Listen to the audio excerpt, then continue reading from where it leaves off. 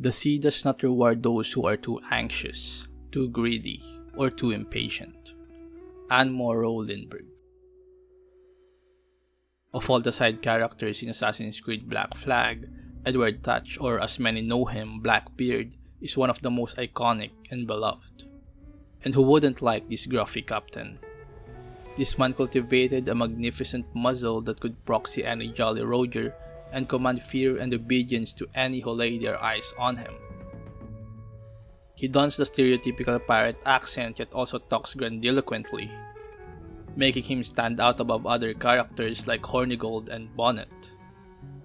And yet despite the burning hat, despite the 40 cannons aboard his fearsome Queen Anne's Revenge, despite the obsidian patch that moss at his face, despite his devilish grin, and regardless of the nail-biting stories that fishermen's wives tell their children, all I see when I look at the furious eyes of this man we call Blackbeard is someone yearning for peace.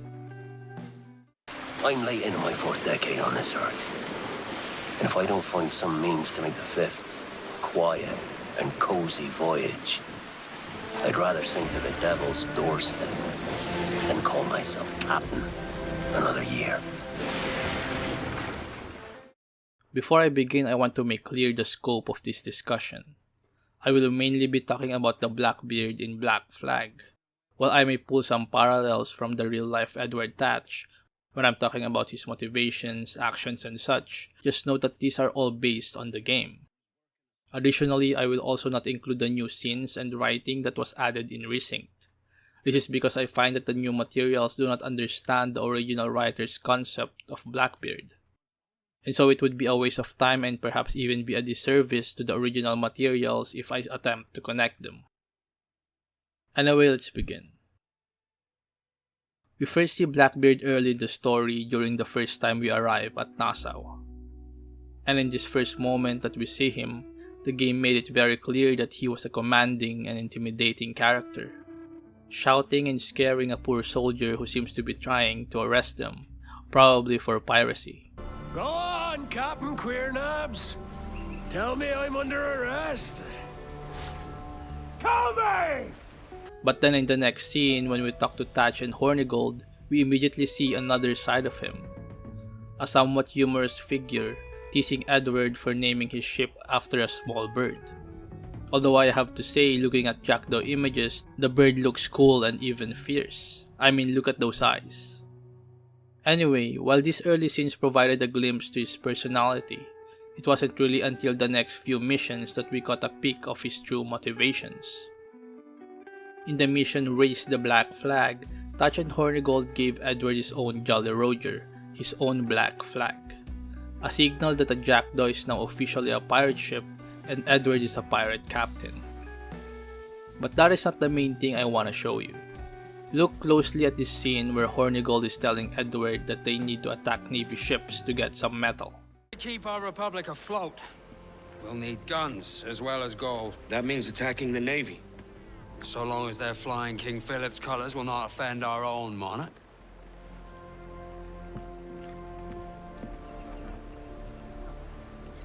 Did you see it? Thatch looked away as if he didn't like the idea. Then as the camera zooms out, we even see Thatch shake his head in disapproval as Hornigold and Edward hops aboard the Jackdaw. Even Hornigold seemed to acknowledge Thatch's disapproval and simply nodded to respectfully say farewell. Now, why would a pirate captain, a governor of the Republic of Nassau, be in disapproval of plundering Navy ships? Does he only want to attack poor merchant ships, ones that are less guarded and easier to take? Sure, maybe. After all, historians say that Blackbeard relied heavily on using fear to take over ships without bloodshed, and merchant ships with less means to defend themselves would probably be the easier victims. But the more important reason is probably because attacking the Navy means putting a target on Nassau. As Hornigold said, as long as they choose to attack specific targets, they shouldn't offend their own monarch. And yet Thatch knows that while Edward may comply with that rule, obviously other pirates will not, especially people like Charles Vane who are blinded by ambition and greed. Which then means that Nassau, the pirate capital in the West Indies, will inevitably be a target of the Crown if pirates continue plundering and antagonizing Navy ships. Which we all know is what actually happened. Thatch disapproved of these actions because in that part of the story, Nasa's state is at its peak. It's an upcoming community or country as the pirate lords would say. Pirates from all around are coming in, spending their stolen gold on rum, pleasure, and other vices. The economy in Nasa would be booming at this time. And I believe for Thatch, in this short moment in the story, he was at peace.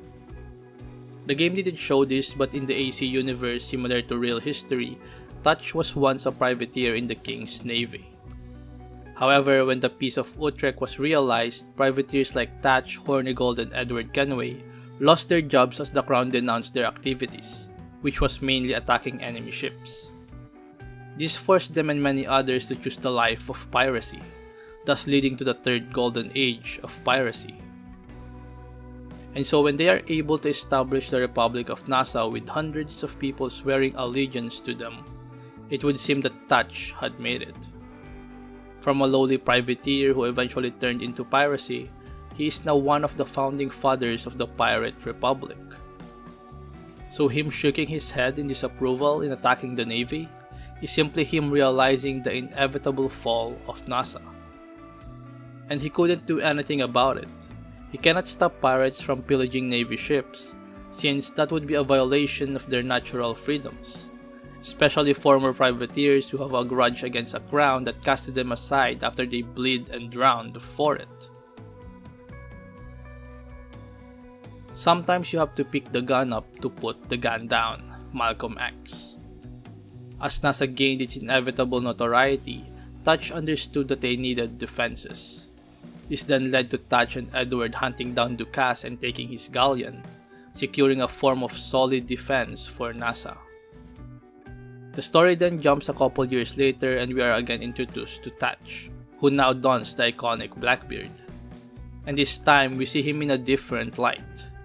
He is acting serious, posturing over the whole scene, emitting a commandeering presence that even the vilest of lowlifes will bow down to.